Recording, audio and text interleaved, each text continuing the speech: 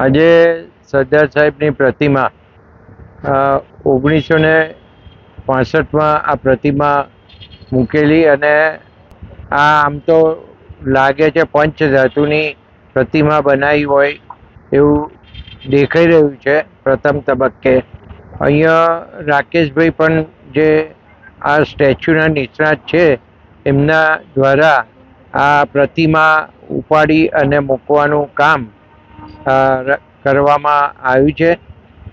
ખાસ કરીને કાંતિભાઈ પટેલ જે શિલ્પીકાર હતા અને વર્ષો સુધી એમણે બધે જ સરદાર સાહેબના જેટલા સ્ટેચ્યુ બન્યા એ સ્ટેચ્યુ બનાવવા માટે એમણે ખૂબ રસ લઈ અને સરદાર સાહેબના સ્ટેચ્યુ બનાવેલા. એ પૈકીનું આ એક સ્ટેચ્યુ છે.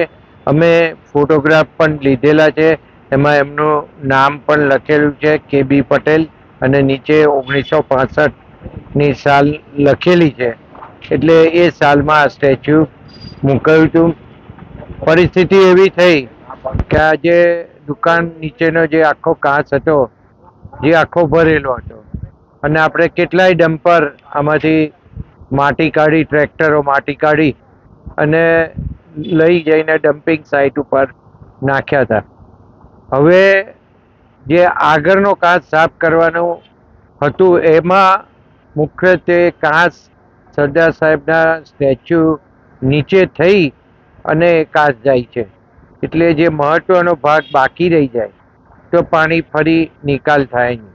એટલે એ સાફ કરવું જરૂરી હતું અને એના માટે થઈ અને આજે સરદાર સાહેબનું આ સ્ટેચ્યુ અહીંયાથી લઈ લેવામાં આવ્યું છે અને જેવી આની કામગીરી પૂરી થાય તે બાદ ફરીથી આ જ જગ્યાએ સ્ટેચ્યુનું ફરી નિર્માણ કરવામાં આવનાર છે અને લોકોને ખાસ કરીને ચોમાસાનું પાણીનો નિકાલ થાય એ જરૂરી બાબત છે લોકો માટે, નડિયાદ માટે.